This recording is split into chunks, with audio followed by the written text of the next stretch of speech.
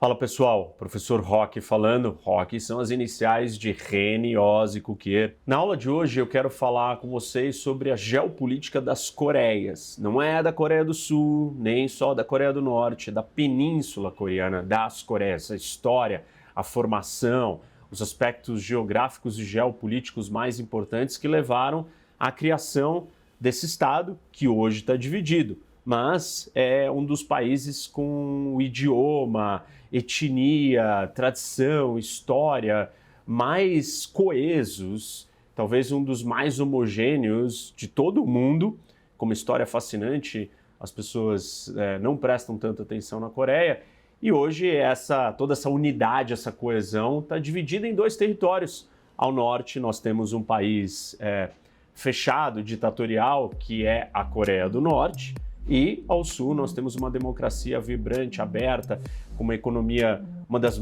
economias mais bem-sucedidas do mundo, que é a Coreia do Sul, um dos tigres asiáticos, quem lembra desse termo, que levou a Coreia a ser um dos países a se desenvolver. Isso não acontece com facilidade, países que saem da categoria de países em desenvolvimento para se tornarem países desenvolvidos. A Coreia do Sul é um deles.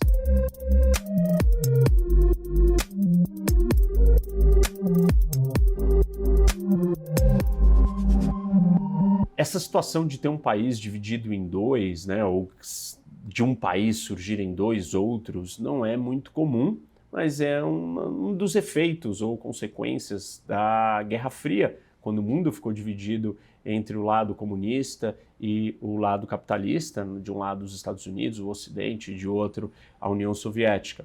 A Alemanha foi dividida igual, só que em vez de ser dividida norte e sul, ela foi dividida entre leste e oeste. E a parte do oeste ficou com o domínio da União Soviética, com um modelo político e econômico ditatorial e comunista, e a parte leste ficou próxima ao Ocidente, Estados Unidos e o resto da Europa, aberta economicamente e democrática. É a mesma situação que a gente vê aqui nas Coreias, só que passou muito tempo já do fim da Guerra Fria. A Alemanha se reunificou de 1989 em diante, foi um processo complexo, grandioso, de incorporação. Metade de um país está vivendo numa outra realidade totalmente distinta. Muitos debatem e falam sobre quando isso vai acontecer com a Coreia, se é que vai acontecer e como que vai ser essa incorporação. Primeiro, qual dos lados vai incorporar quem e como seria isso. Então, esse é um tema interessante, mas eu vou voltar ainda nesse assunto mais para frente, depois que a gente chegar nesse ápice da divisão. Mas antes nós temos que iniciar do começo falando de como que esse território se formou, o que acontecia ali.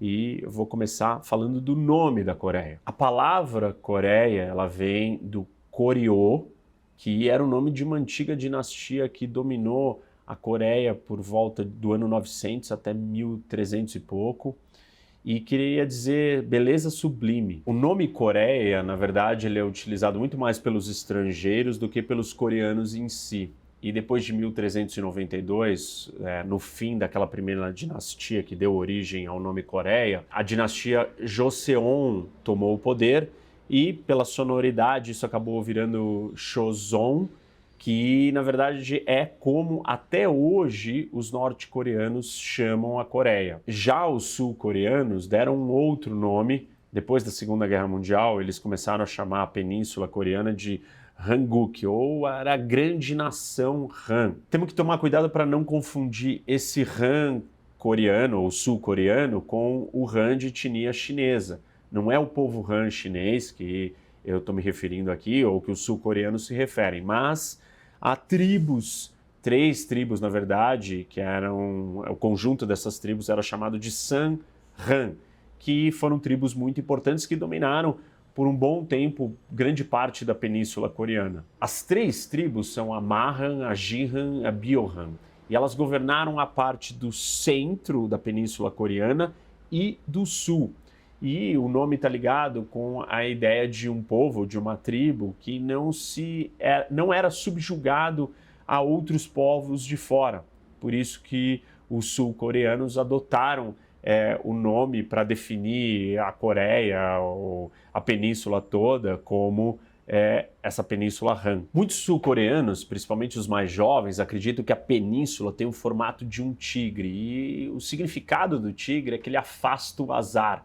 E também representa essa ideia de uma economia vibrante, dinâmica, né? A economia que cresceu rapidamente, uma economia urbana, principalmente na Coreia do Sul. E aí a gente faz a ligação com aquilo que eu mencionei no começo, que é a ideia dos tigres asiáticos. E a Coreia do Sul era um desses tigres, mas historicamente ou simbolicamente também tem uma associação com o tigre e a população da Coreia. Já os mais velhos acham que a península tem um formato de um coelho, e o coelho representa a sabedoria, principalmente a sabedoria do cultivo agrícola, que está deixando de existir, né? Com a Coreia do Sul cada vez mais urbanizada, isso está ficando para o passado. Mas tanto o tigre quanto o coelho são representações folclóricas e culturais que aparecem em várias pinturas históricas da Coreia. Vamos começar então olhando para a geografia da Península Coreana e vamos olhar para o mapa. Aqui no mapa a gente pode perceber que a península ela tem fronteira com 3 grandes países.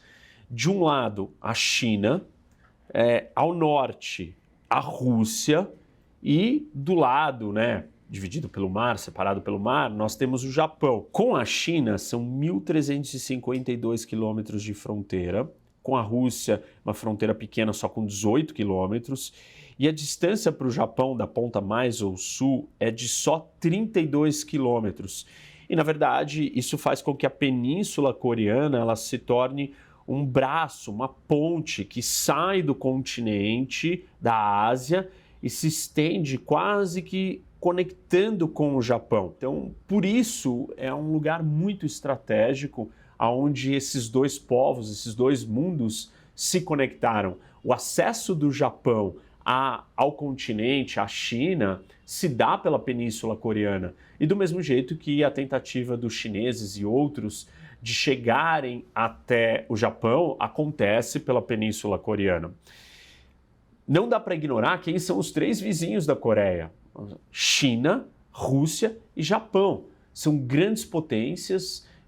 O Japão já foi uma das maiores potências militares do mundo, hoje não é mais, mas é uma das maiores economias. A Rússia foi uma superpotência, ainda é uma grande potência. A China é a grande potência em ascensão, a maior população do mundo, um dos maiores territórios. Então a Coreia está colocada num lugar bastante importante, relevante, né? Ela não são vizinhos quaisquer. Deixa eu começar mostrando para vocês aqui pelo mar, né? Então a posição dessa península, a península é um braço de terra que avança cercado por mar dos 2 lados. E de um lado nós temos o Mar Amarelo, que mais adentro dessa baía, com a fronteira na costa da Coreia do Norte, é o Mar de Bohai, e do outro lado à esquerda nós temos o Mar do Japão. Vamos começar olhando para a costa desse território, e o primeiro que eu quero mostrar é a costa oeste,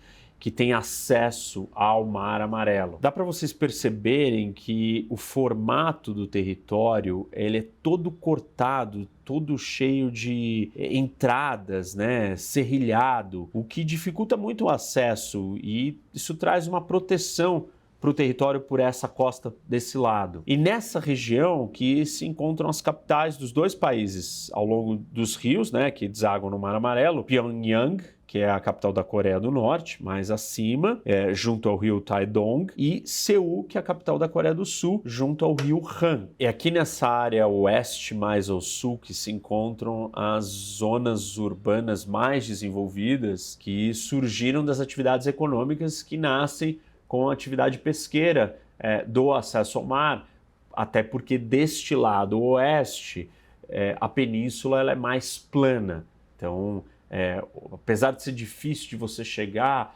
você não tem uma topografia ruim, então eles conseguem chegar no mar. Mas para quem está vindo de fora, outras embarcações, inclusive até pela profundidade do Rio Amarelo, é muito difícil de você trazer grandes navios na costa. Vamos olhar o outro lado da península, a costa leste. Ela é mais uniforme, mais desprotegida. Ela não é toda serrilhada como a oeste, mas ela tem poucas planícies, na verdade relativamente despovoadas, porque tem pouco espaço entre a costa e a topografia elevada que começa com as montanhas já mais próximas. Então você fica com uma faixa de terra muito pequena. E o mar do Japão, que está ao leste, ele é mais profundo que o Mar Amarelo, mas mesmo assim não tem portos de água profunda. Então, por um lado, você tem um acesso mais fácil, um mar mais profundo, mas esse acesso não é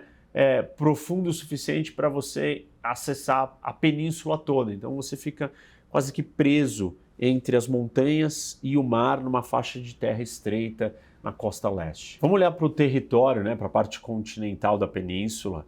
E aí a primeira grande informação, ou talvez o fator geográfico mais importante, é que 70% do território da península é montanhoso. É um território pequeno, cheio de montanhas. Não temos tantas áreas planas assim. Por essa razão, somente 1/5 da terra é arável ou cultivável. O resto é muito alto, muito íngreme e impossibilita que você tenha o cultivo agrícola. Voltando aqui para esse mapa topográfico, vocês podem perceber que as montanhas mais altas ou os vales mais profundos, eles estão localizados aqui nessa parte marrom mais forte, que está na Coreia do Norte, enquanto a parte do sul ela tem montanhas mais baixas com vales menores. No norte, a cordilheira que se destaca mais é a Hangyeong e no sul é a Taebaek. Essa Taebaek é como se fosse a espinha dorsal da Coreia do Sul. Ela corre paralelo à costa, atravessando a Coreia do Sul inteira. Aqui mais ao norte nós temos o rio Yalu, e esse rio tem mais de 790 quilômetros e ele é a fronteira entre grande parte da Coreia, ou da Península Coreana, no caso hoje é a Coreia do Norte, com a China. E ele nasce numa montanha mais adentro do território e ele vai desembocar dentro do Mar Amarelo. Grande parte do clima da península é temperado com as 4 estações do ano muito bem definidas, e a maior parte das chuvas ocorre no verão. O clima, principalmente no norte, é altamente instável, suscetíveis a desastres naturais, e a Coreia do Norte sofre com inundações, tufões e uma série de outros problemas. Se não bastasse a questão montanhosa, que já dificulta o terreno, a agricultura é abalada por essas questões climáticas. Agora que eu já expliquei para vocês as características geográficas, vamos falar sobre a evolução do povo coreano e a formação da identidade nacional coreana. Lembram que eu comentei com vocês das 3 tribos, a Sanhan, que estavam localizadas no centro e no sul do país? Juntamente com elas, nós tínhamos uma outra tribo que era a Goguryeo, mais localizada ao norte. E essas 3 tribos com essa outra tribo, Goguryeo, elas se juntaram. Isso aconteceu entre o século 3 até o século 7. E aí elas vão dar origens a 3 outros reinados. Na verdade tem um outro quarto pequeno ao sul, que é um pedaço de ou é parte de um desses 3. Vejam aqui no mapa que vocês vão conseguir entender melhor. Então aqui no norte, em verde, tem a Goguryeo. No sudoeste tem a Paesh, que está em roxo, e no sudeste, ali em amarelo, nós temos Silla, o terceiro reinado, e Silla integrava uma pequena confederação de cidades-estados, que era a Federação Kaya, que vocês podem ver mais ao sul, bem no sul da península, ali no Estreito da Coreia. Depois de um período de conflitos entre os reinados, Silla, talvez a menor de todas ali do sudeste, aquela em amarelo, ela acabou ganhando e dominando a maior parte da península coreana, certamente toda a parte do sul e uma boa parte do norte, mas não o norte por inteiro. E isso foi importante porque houve uma consolidação, então, no que seria eventualmente o povo coreano. Silla unificou todos esses reinados e dali a gente começa a entender que tem uma base para o que seria esse povo coreano. Depois de Silas, nós tivemos uma outra dinastia que é a Goryeo, e essa dinastia ela dominou a península por volta do ano 900 até um pouco mais de 1300, e esse é o nome que dá origem à palavra Coreia, como eu expliquei para vocês no começo. Depois da Goryeo veio uma outra dinastia, a Joseon, e essa é como os norte-coreanos inclusive conhecem, identificam ou se autodenominam, e essa dinastia ficou desde o fim da Goryeo, por volta de 1300 e pouco, até 1910.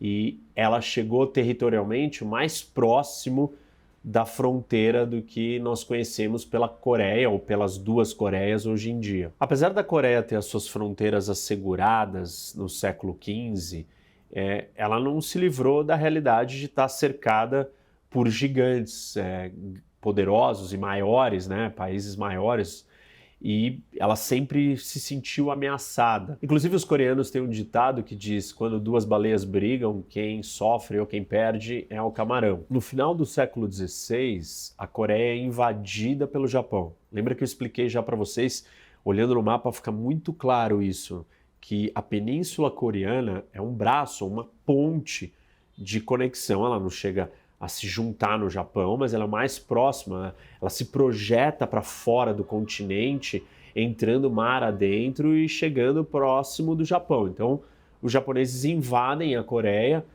os coreanos são pegos de surpresa, os japoneses muito mais bem treinados e preparados e organizados conseguem rapidamente, em 3 semanas, chegar até Seul. A Coreia pede ajuda para a China, que fica desesperada e preocupada, vê, né, nessa invasão um caminho para ser a próxima a ser invadida, ou enfim, a ameaça japonesa está muito perto, ela entra na guerra e os chineses conseguem fazer com que os japoneses recuem até o sul da península, até que finalmente eles são expulsos por completo para fora da península com a ajuda chinesa. A Coreia foi invadida novamente no século XVII, só que dessa vez a invasão veio dos Manchus, que vinham do continente ao norte, e isso aconteceu em 2 ocasiões, 1627 e 1636, e eles forçaram os coreanos a pagar tributos, e os coreanos enxergavam os Manchus como um povo bárbaro, mas na verdade era um povo que estava começando a dominar o resto da China e vieram até a derrubar a dinastia Ming e estabelecer a dinastia Qing. O trauma causado pelas invasões dos japoneses e dos chineses deixaram os coreanos muito preocupados, e eles acabaram se fechando e se isolando. E a geografia permitiu que eles pudessem se manter isolados, não participavam, a Coreia estava localizada num lugar que não era nenhuma grande rota de comércio, e eles tiveram quase que nenhum contato, ou pouquíssimos contatos, tanto com a China quanto com o Japão. A China 3 a 4 vezes por ano mandava uma missão, e com o Japão tinha alguns pequenos contatos na parte sul da península, ali na costa, mas também sempre restritos e preocupados. E eles ficaram bastante tempo isolados até o final da dinastia Joseon. Esse período de isolamento, ele foi um período de paz, ele durou por volta de 200 anos. E os americanos e os europeus, eles achavam muito estranho esse reinado isolado, até chamavam ou entendiam que era um reinado eremita. De uma outra maneira, esse isolamento ele reforçou e permitiu que a identidade cultural coreana fosse distinta da chinesa e da japonesa. Então, os traços de autonomia, de identidade nacional, não se misturaram com os dois. Esse período teve um papel importante para consolidar essas diferenças. Existem algumas diferenças de idioma, mas nada nem perto do que é na China, com vários dialetos de regiões diferentes. Todos os dialetos dentro da Coreia, eles são possíveis de serem compreendidos por todo o resto do país. Caminhando na história, a partir da segunda metade do século XIX, a Coreia voltou a ser um local de interesse, principalmente de projetos imperialistas. E à medida que o Império Chinês declinava por razões de corrupção e divisões políticas internas, isso facilitava o acesso e o interesse das potências ocidentais pelo domínio e pelo controle dessa região da Ásia no geral. Começando em 1839 e terminando em 1860, nós teremos as guerras do ópio. E os coreanos eles estão observando isso acontecer na China com bastante preocupação e cautela. E a primeira guerra do ópio, ela acontece entre o Reino Unido e a China. Na segunda, França, Estados Unidos e Reino Unido se juntam contra a China. E os chineses estão cercados e preocupados, né, em pânico, e eles estão, assim, as forças inimigas estão quase que chegando na sua capital, em Pequim, e aí os russos aparecem para mediar e negociar, para encerrar o conflito. E nesse momento os russos conseguem uma concessão de território para eles, exatamente na fronteira que dá acesso ou que vai conectar a Rússia com a Coreia, que é um território pequeno, que eu já mostrei para vocês, já falei desse território no começo do vídeo. Esse território ele vai ser de extrema importância para a Rússia e para vários dos acontecimentos posteriores durante a Guerra Fria.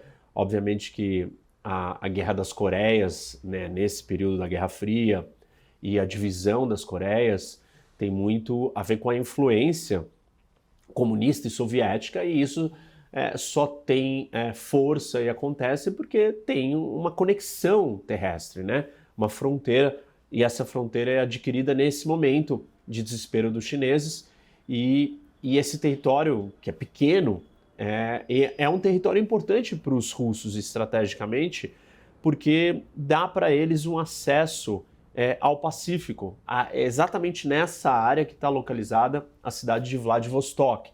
Quem já jogou War sabe muito bem, e é uma cidade das mais importantes dessa região da Sibéria para os russos, que tem um porto que conecta eles com o Pacífico.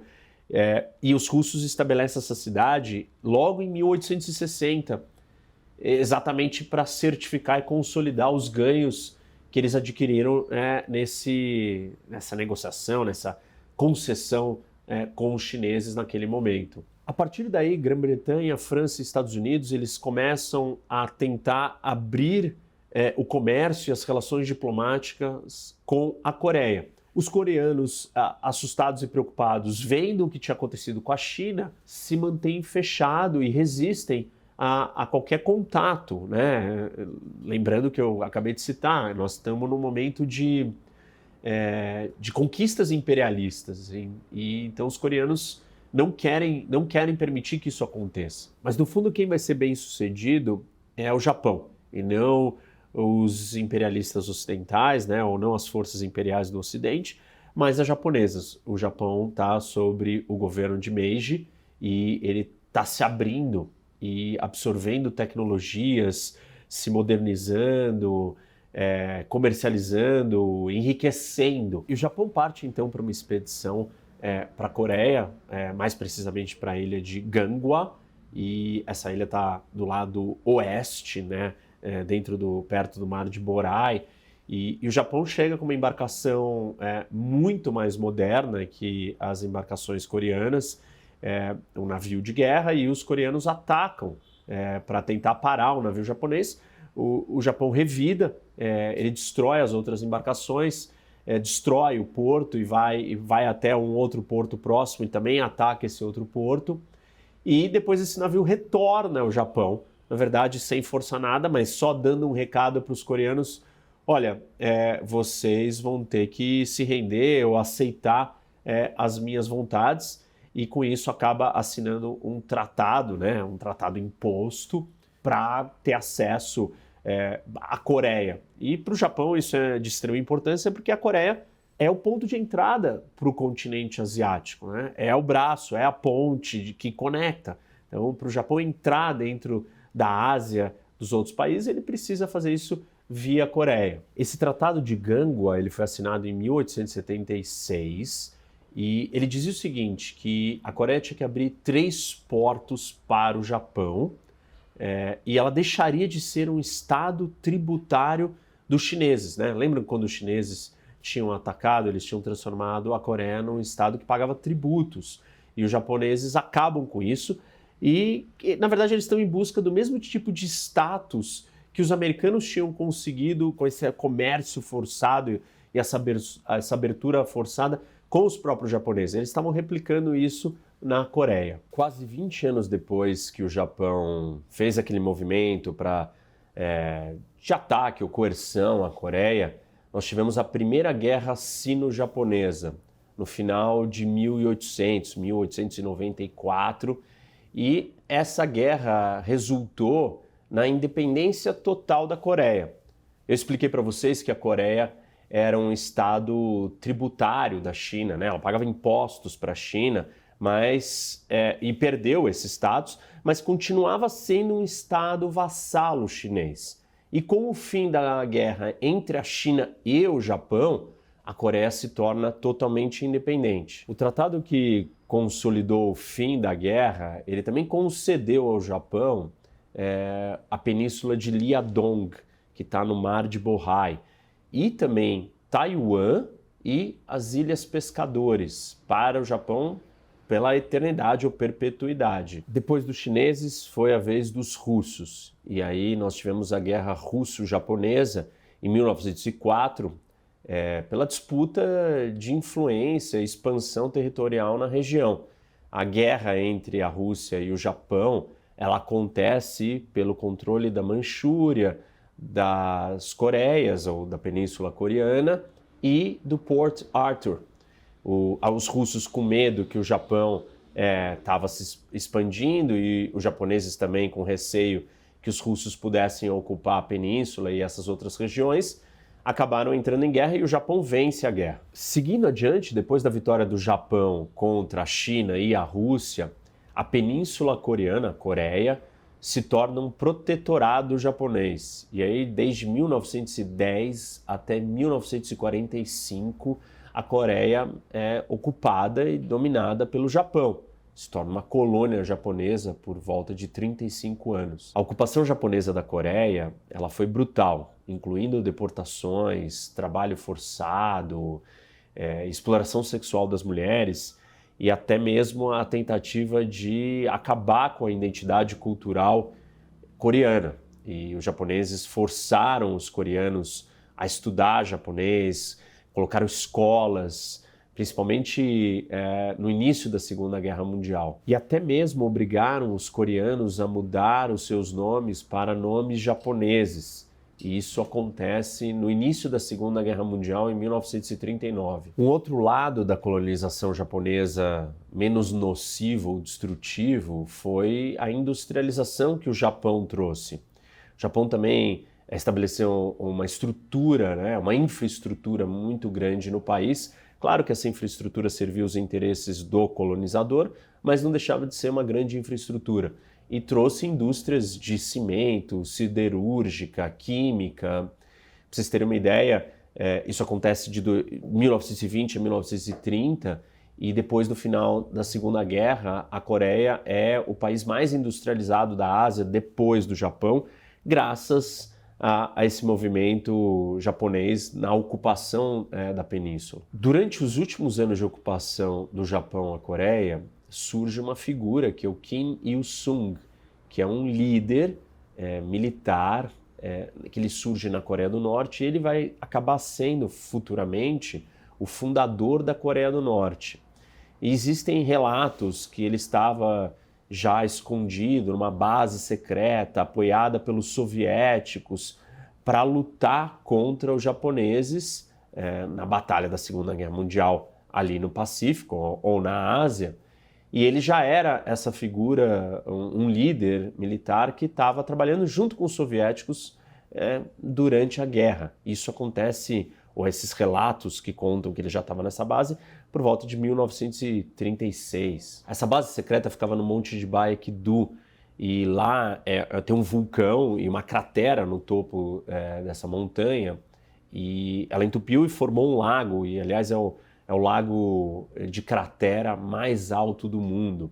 Tem quase 3.000 metros essa montanha de altitude e a base estava localizada ali. E esse lugar, vale lembrar que é o ponto mais alto da Península Coreana e ele é considerado pelos norte-coreanos como a Terra Santa da Península, pelo fato de ter sido esse lugar onde a Coreia se organizou para resistir e lutar contra a ocupação japonesa. E grande parte da história, da legitimidade, do embasamento, da justificativa da dinastia Kim, né, na Coreia do Norte, vem dessa história da Segunda Guerra, de resistência, de luta, e do papel do seu fundador e líder, o Kim Il-sung, que estava ali nessa montanha lutando. O que também dá força para essa história da Terra Santa é que o Monte Baekdu ele já estava no imaginário coletivo do povo coreano, porque tem uma lenda de que o primeiro reinado, o primeiro líder, em 2000 a.C., Tangu, nasceu ali também no mesmo monte. Essa tradição e essa história do Monte Baekdu, conectando a família Kim com esse passado, é o que dá origem a uma suposta linhagem Baekdu. Isso legitima a tradição, né, e, enfim, e o poder, em parte, da família Kim. O Monte Baekdu ele é considerado o berço espiritual da nação norte-coreana e ele é um local de peregrinação e os norte-coreanos aprendem desde criança a venerar e respeitar essa história. Todos os anos, para vocês terem uma ideia, são mais de 100 mil norte-coreanos ou mais até que vão visitar o Monte Baekdu e eles sentam ali, tem canções patrióticas. E essa peregrinação ela pode durar até 4 semanas e todos que estão ali participam de obras, ajudam como voluntários em canteiros de obras, além de todo o símbolo histórico e patriótico. É interessante ressaltar que os norte-coreanos eles não atribuem a derrota do Japão ou eles não falam do ataque nuclear a Hiroshima e Nagasaki. Eles dizem ou exaltam a resistência do seu líder na base secreta, enfim, todo esse movimento da própria Coreia do Norte, que a Coreia do Norte teve um papel decisivo para que o Japão se rendesse, perdesse a guerra e abandonasse a Península Coreana. Mas o mais importante é que, com o fim da Segunda Guerra Mundial, com a rendição do Japão, a Península Coreana é dividida. E aí vão surgir 2 países dali que duram ou que perdura até hoje essa divisão. Isso acontece porque os soviéticos eles estão vindo, combatendo o Japão e estão entrando, né, pela Coreia do Norte. E aí quando termina a guerra, eles param no paralelo 38, que é mais ou menos no meio da península.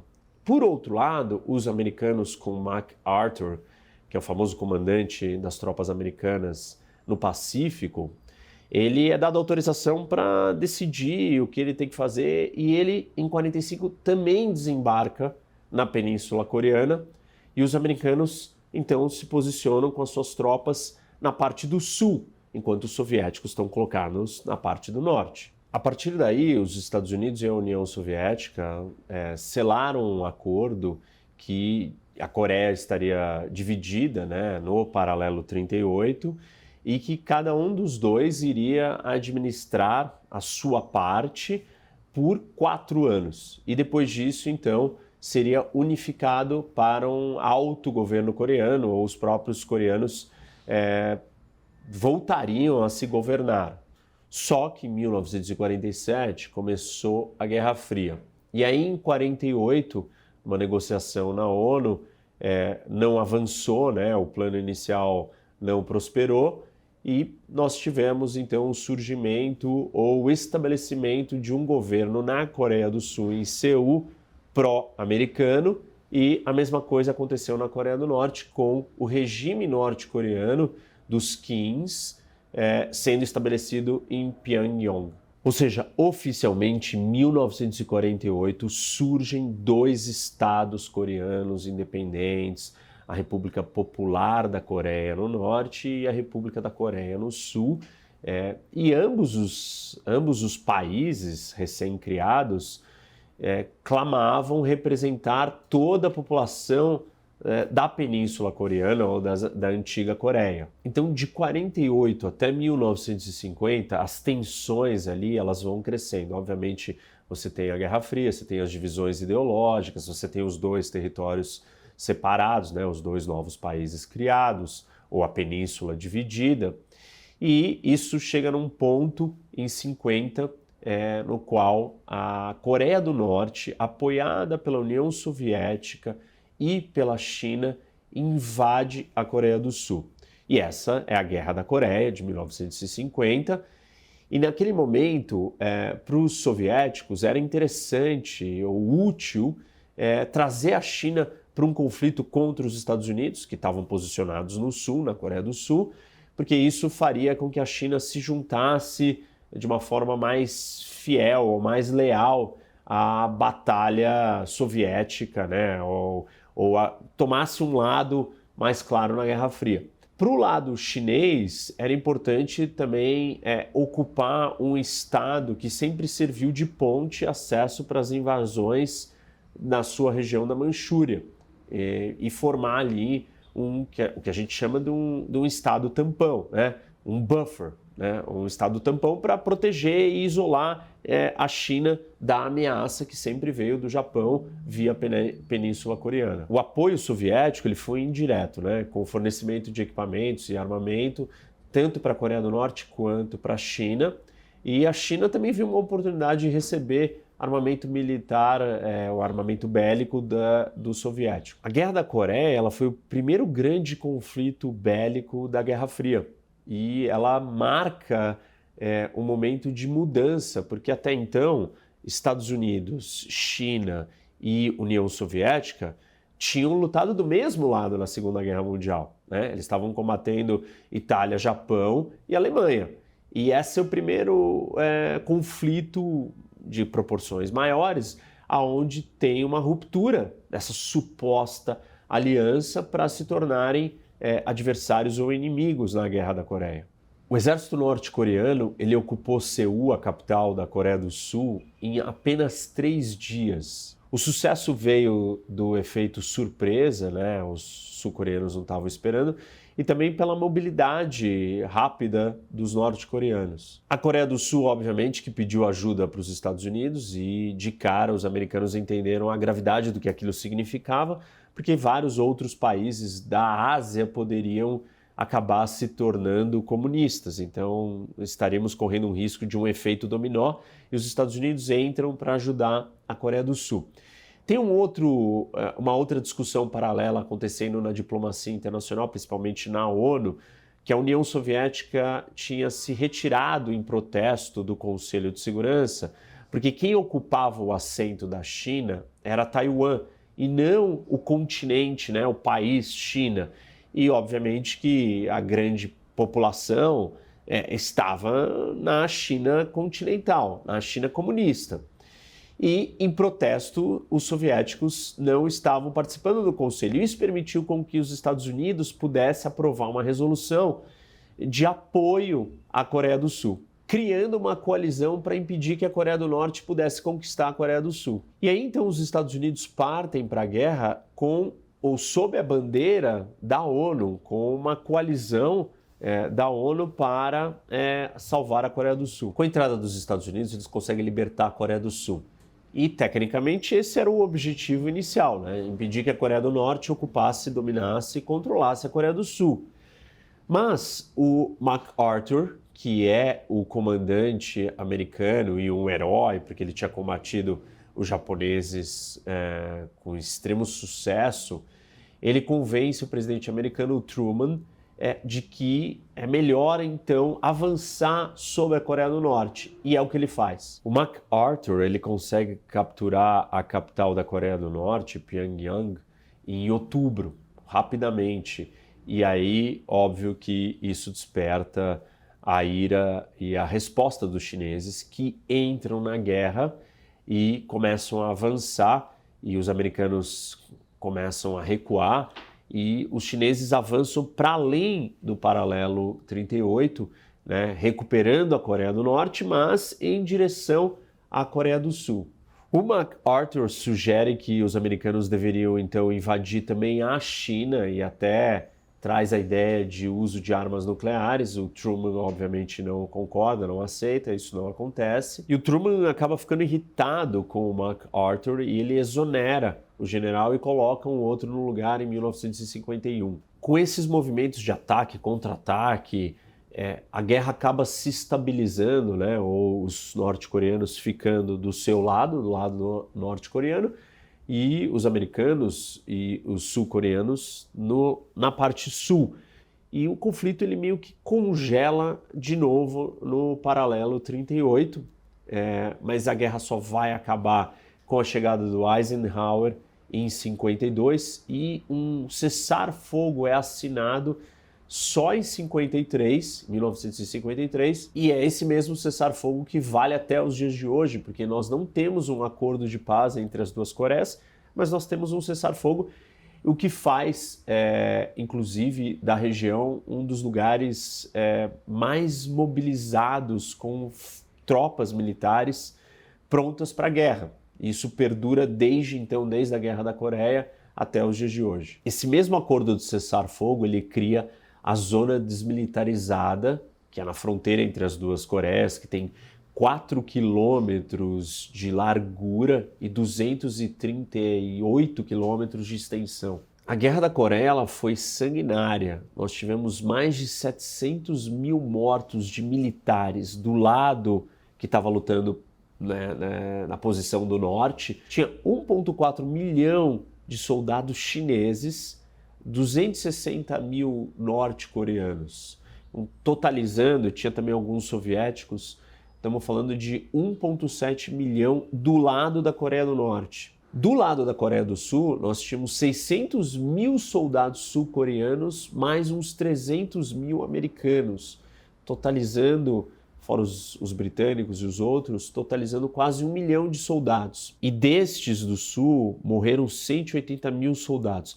Além dos militares, os 700 mil de um lado, 180 mil do outro, nós tivemos mais de 2,5 milhões de pessoas, de civis mortos. Guerra gigante, só para vocês terem uma noção de comparação, né? A guerra da Rússia, a invasão da Rússia à Ucrânia agora, os russos mobilizaram 200 mil soldados, ou um pouco menos de 200 mil soldados. Nós estamos falando de 1,7 milhão de um lado, 1 milhão do outro, 2,5 milhões de pessoas civis mortas.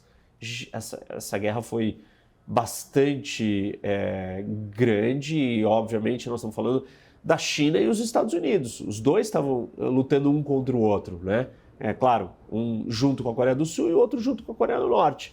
Mas foi um confronto de proporções do que a gente sempre ouve falar hoje em dia, que é um possível confronto, como seria um possível confronto entre China e Estados Unidos. Como eu mencionei, a guerra não acabou e as tensões entre as duas Coreias, elas duram muito tempo e elas continuam perdurando ao longo das décadas. Em cada momento as tensões tomam uma forma diferente ou acontecem por choques diferentes.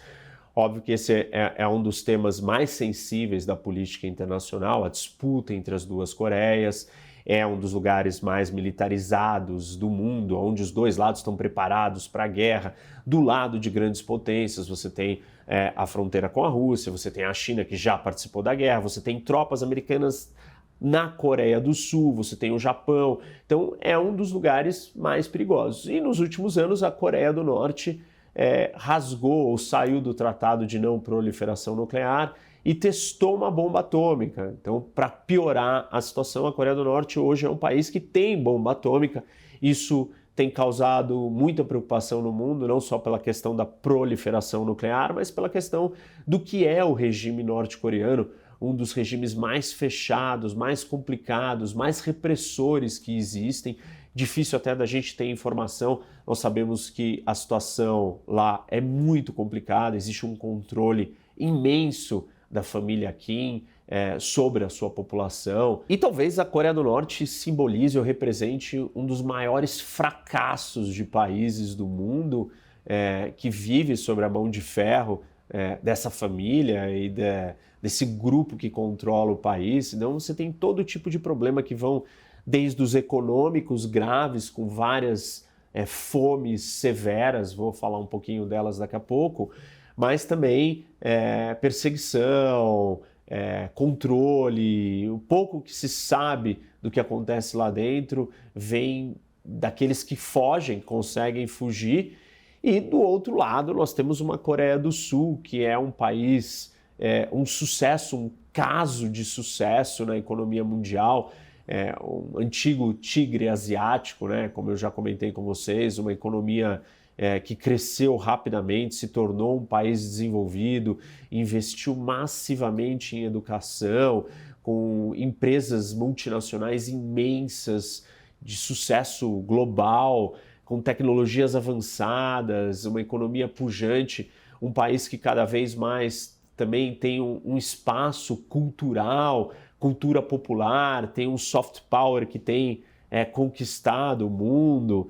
Mas esses detalhes de como são os dois países hoje eu vou deixar para um outro vídeo, eu não vou entrar no sucesso econômico da Coreia do Sul ou como que funciona a Coreia do Norte. Eu quero só ressaltar alguns outros pontos importantes aqui, principalmente com a questão da fome, que esse dado ele tem um pouco a ver com a geopolítica, com as questões geográficas da Coreia do Norte, e mostra o fracasso desse modelo econômico que está implementado ali no país do norte. Então, falando um pouco dessa questão da fome, e a primeira grande fome da Coreia do Norte, ela acontece de 1994 a 1998. E para explicar parte da fome, obviamente, que tem o papel do regime, do modelo econômico e da tragédia que o autoritarismo, o totalitarismo e do fechamento da Coreia, nós temos as questões geográficas. Somente 1/5 do território da Coreia do Norte pode ser usado para agricultura, porque eu expliquei para vocês no começo desse vídeo a questão da topografia da parte norte. É um terreno muito montanhoso, com temperaturas muito frias e propensos a grandes desastres naturais. Isso dificulta a agricultura do país. E aí o país depende, então, da importação de alimentos, mas com o regime norte-coreano e a maneira como ele conduz a sua política interna, a Coreia é um dos países mais fechados do mundo. Além disso, tem a questão nuclear, que faz com que as sanções econômicas impeçam que a Coreia esteja contato com o resto do mundo. E aí isso leva à falta e à escassez de alimento. Além disso, nós tivemos um período de inundações em 95 e 96. E em 97 nós temos uma grande seca. Para vocês terem uma ideia, até agosto de 1997, 70% da lavoura de milho estava destruída. Mais de 600 mil crianças sofriam de desnutrição e morreram 3,5 milhões de pessoas de fome. Obviamente que o regime norte-coreano não admitiu isso, falou que foram em torno de 200 ou um pouco mais de 200 mil pessoas. Para vocês terem uma ideia, 3,5 milhões de pessoas era 16% da população da Coreia do Norte. Claro que não foram só os fatores naturais que causaram essa crise, mas os fatores políticos, como eu já mencionei. E uma clara demonstração do fracasso ou do absurdo do que o regime norte-coreano fez e como faz até hoje, conduz o país, foi que nessa crise os organismos internacionais tentaram ajudar com ajuda humanitária, ajuda de alimentos, e a Coreia do Norte não permitia que os alimentos chegassem principalmente nas áreas mais vulneráveis que precisavam desses alimentos.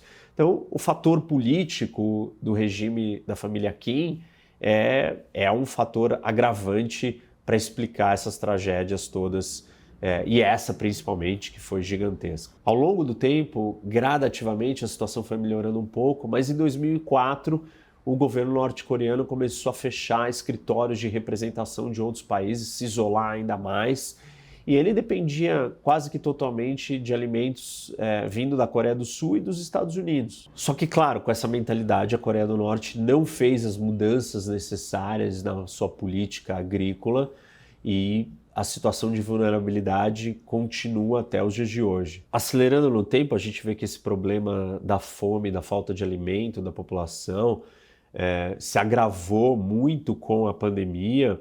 Inclusive o líder norte-coreano apareceu depois de um tempo até assumindo que existia um problema e fazendo uma alusão à marcha árdua dos anos 90 para identificar ou para apontar o tamanho do problema.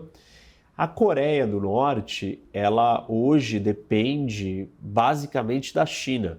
O isolamento e o fechamento do país fazem com que ela só consiga sobreviver pela China. Então, a China é que dá grande parte, vende grande parte dos alimentos e várias outras coisas.